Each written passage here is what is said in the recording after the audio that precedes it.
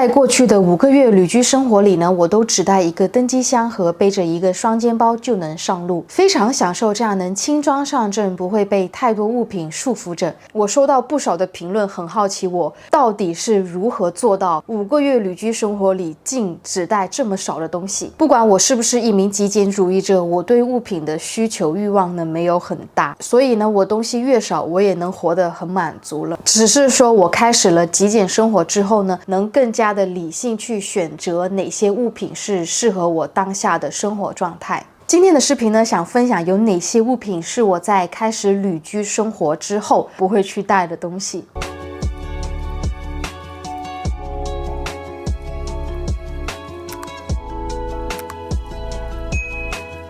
接下来我提到的这些物品呢，只是适合我当下旅居生活状态的，并不代表说我之后恢复了正常的生活之后呢，我不会用到这些物品，我还是会需要到的。只是说旅居生活要考虑到交通的方便，还有行李的重量，以及我还要考虑到每个城市的一些设施到底便不便利。因为你东西越多呢，你带上路会越不方便。所以说这些物品呢，是在我旅居途中增加了无必要的烦恼。第一点呢，来说一下那些毫无用处的情感附件。这次回国呢，我一共见了好几个认识了10年以上的好朋友，自然呢也收到了小姐妹送的一些小礼物，还包括一些手写信，还有看似可爱其实没有多大用处的小挂件。我评价我自己还是个挺重感情的人，当我收到了姐妹亲自给我画的接机牌，还有亲自给我们俩画的那个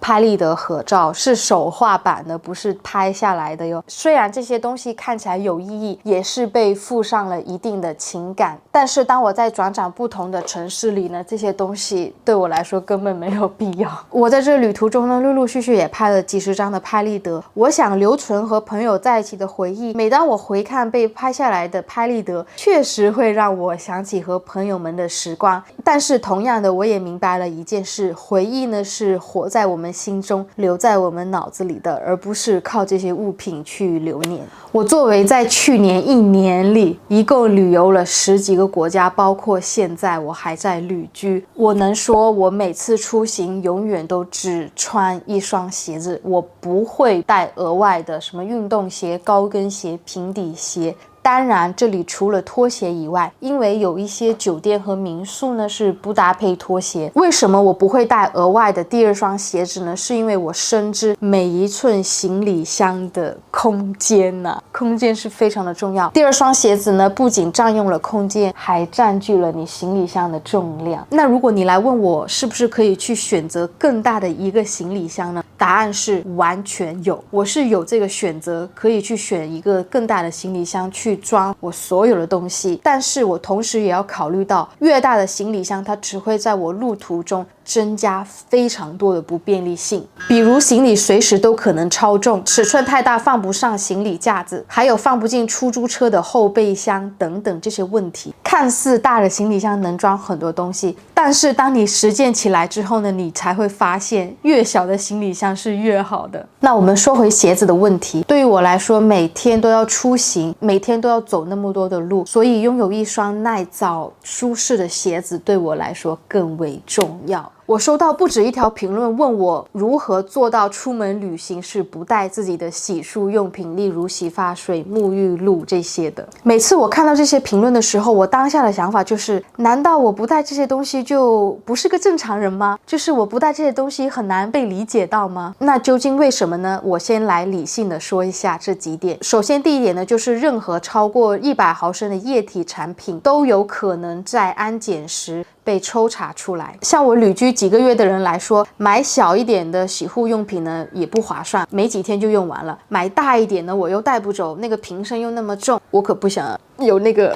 负担。第二点呢，就是任何的液体产品都会在运输过程中会被损坏的可能性，就是瓶口突然松掉，或者是你的行李箱被人暴力的扔在传送带上面，导致瓶子突然就爆掉了，然后呢你行李箱里面所有东西都遭殃了。说实在的，我并不是一个挑剔的人，所以对于洗漱用品的品牌呢，没有太大的要求，无论是高端品牌还是普通品牌，我都能接受。尽管我个人也有偏爱的品牌，有想要用的洗发水啊、沐浴露之类的，但是在旅行中呢，我学到最重要的一点就是去灵活的应对不同的情况。如果没有选择呢，我也是不会让这些小事情影响到我日常生活的。我去过繁华的大城市，也去过设施不完整的国家，在相对偏远的国家里呢，是没有办法每次都能获得你想要的东西。旅居生活呢，需要你具备一定的适应能力和一个开放的心态。当面对选择有限时，不要去抱怨环境，相反，我会尽量在现有条件下让自己感到舒服。我犯了一个错误呢，就是我将从美国买的戴森吹风机带回了国内。当时我想的是，我可以继续用我这个又好用又那么贵的吹风机牌子，对吧？结果真的是，哎呀，太疏忽了。我是后来才知道，原来因为电压不一样，所以呢，美国买的戴森吹风机在国内是不能用。当然了，如果你想要用的话，那也是可以的，你得要买那个非常大非常重的一个转接头。现在我的吹风机呢，闲置在我的大箱子里面，只能等到我回去美国之后再用了。对于那些注重发型和头发护理的人来说，选择一个好的吹风机是非常重要的一件事情。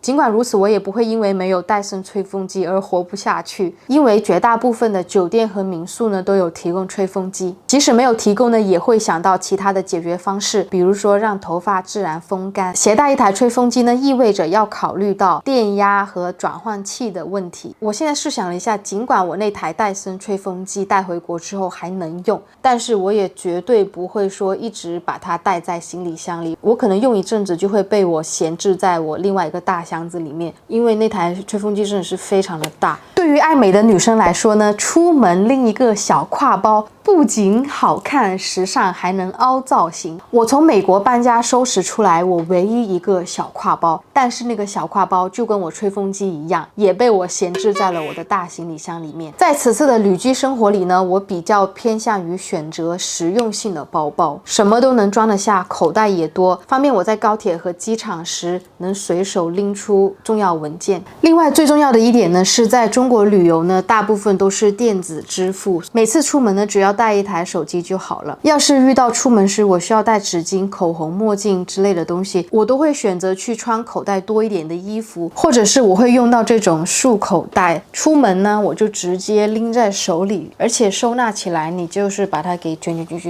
放在你的挎包里面，非常的方便。最后一件我在旅居生活里不会考虑带的一个东西呢，就是没有办法一次性使用的物品。这些物品通常呢在旅途中占据很多的空间，而且有一些东西它的使用频率也非常的低。例如像雨衣和鞋套这样的辅助产品，能用到的频率很低。我之前去庐山观看瀑布的时候呢，碰巧那2-3天呢在下雨，瀑布的水雾也很大，所以我临时在路边买了一次性的雨衣和鞋套。接下来的片段出现了小问题，我的麦克风没有电，没有录上声音，所以我只好后期补上去。像这些利用率低的物品放在行李里面只会碍空间，所以我会更倾向于在我有需要的时候去买那些一次性的替代品。大多数呢都能在便利店买到，尽管这些物品你带着是用来预防突发情况，但是试想一下，有多少次你是在突发情况来临时真的可以拿出手来的，要不然就是忘记带，最后还是要临时买。以上的内容是我今天想要分享给你们，要是有想要开始旅居生活的小伙伴，欢迎在下面留言或者私信我，能回答的我尽量回复。如果喜欢不要忘记一键3连，下期视频再见。